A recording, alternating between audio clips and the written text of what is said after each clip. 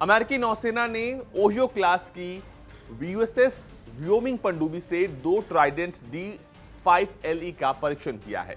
ये दोनों मिसाइलों ने अपने टारगेट्स को बड़ी सटीकता के साथ ध्वस्त किया। साथ ही साथ आपको बता दें कि इन मिसाइल्स पर जब इनका परीक्षण किया गया तो इन पर कोई भी न्यूक्लियर वॉरहेड नहीं लगा था। जी हां, इन मिसाइल्स का जब परीक्षण किया गया, इससे माना जा रहा है कि इससे अमेरिकी नौसेना की जो ताकत है अब और बढ़ जाएगी। दरअसल ट्राइडेंट D5LE जो मिसाइल्स हैं, इनका जो परीक्षण किया गया, ये इनका आखिरी परीक्षण था।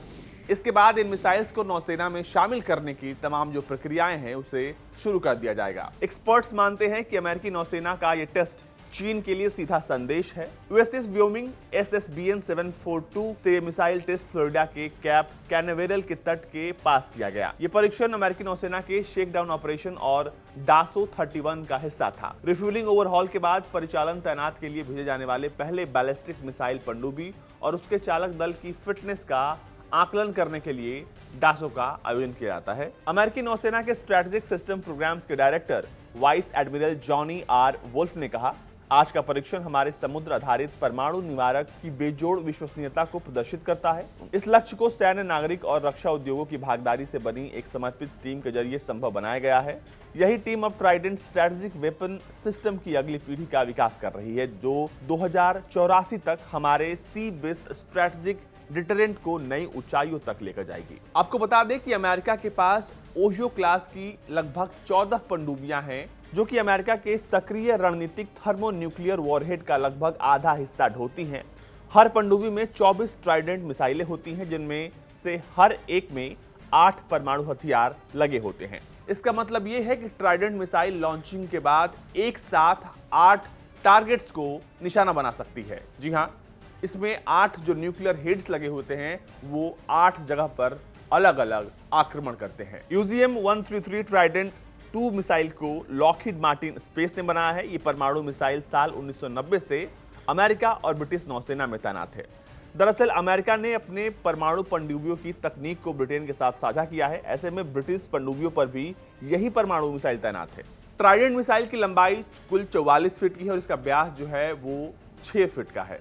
इसके अलावा इसकी जो कीमत है वो करोड़ों अरबों में है। जी हाँ, ये मिसाइल बहुत महंगी है और खासकर महंगी इसलिए है क्योंकि आप एक मिसाइल से 8 अलग अलग निशानों को आसानी से ध्वस्त कर सकते हैं।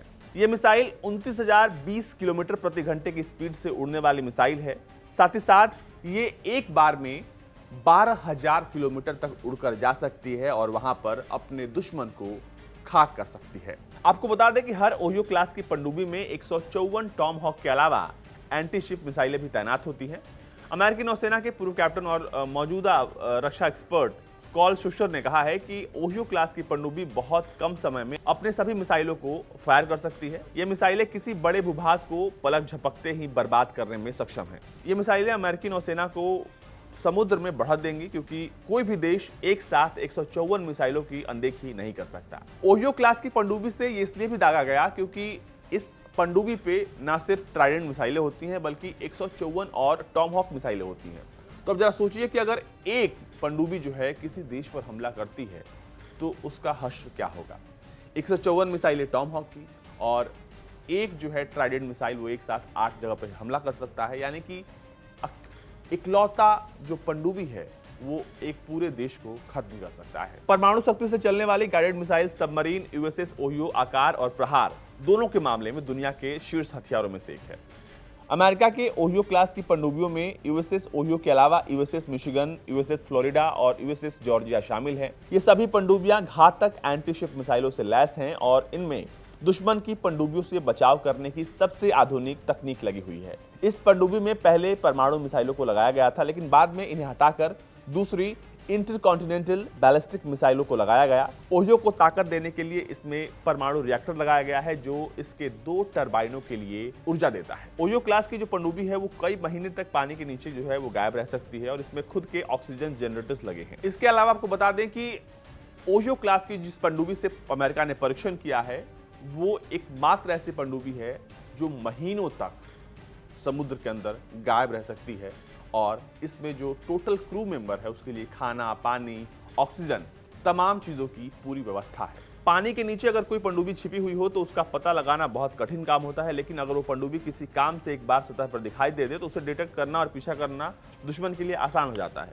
लेकिन ऐसे में ये जो पनडुब्बी है वो महीनों तक पानी के अंदर रह सकती है, तो ऐसे में दुश्मन इसे डिटेक्ट कर पाए इसके जो चांसेस हैं वो बहुत कम हो जाते हैं। आकार में बड़ी होने के कारण यूएसएस ओहियो में 154 टॉमहॉक क्रूज मिसाइलें तैनात हैं। ये क्षमता अमेरिका के गाइडेड मिसाइल डिस्ट्रॉयर में तैनात मिसाइलों की दुगनी है और हर एक टॉमहॉक मिसाइल अपने साथ 1000 किलोग्राम तक के हाई एक्सप्लोसिव वॉरहेड को लेकर जाने में सक्षम है।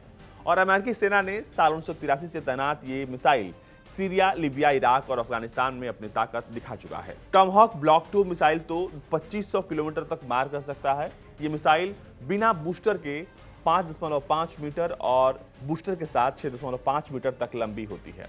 फिलहाल ये मिसाइल अमेरिका और ब्रिटेन की रॉयल नेवी के पास है। लेकिन आपको बता दें कि जिस पनडुब्बी से अमेरिका ने परीक्षण किया है वो भी अपने आप में बहुत खास है और घातक है। साथ ही साथ जिस मिसाइल का परीक्षण किया गया है वो भी बहुत घातक है। यानी कि अमेरिका ने 2 सबसे बड़े विध्वंसक को एक साथ जो है प्लेटफॉर्म पर लाकर खड़ा कर दिया है, जहां से इन्होंने अपने लक्ष्य को सटीकता से भेदा। तो यानी साफ साफ कहा जा सकता है कि ये जो दोनों हैं, अगर जो दोनों का जो कॉम्बिनेशन है वो एकदम डेडली है।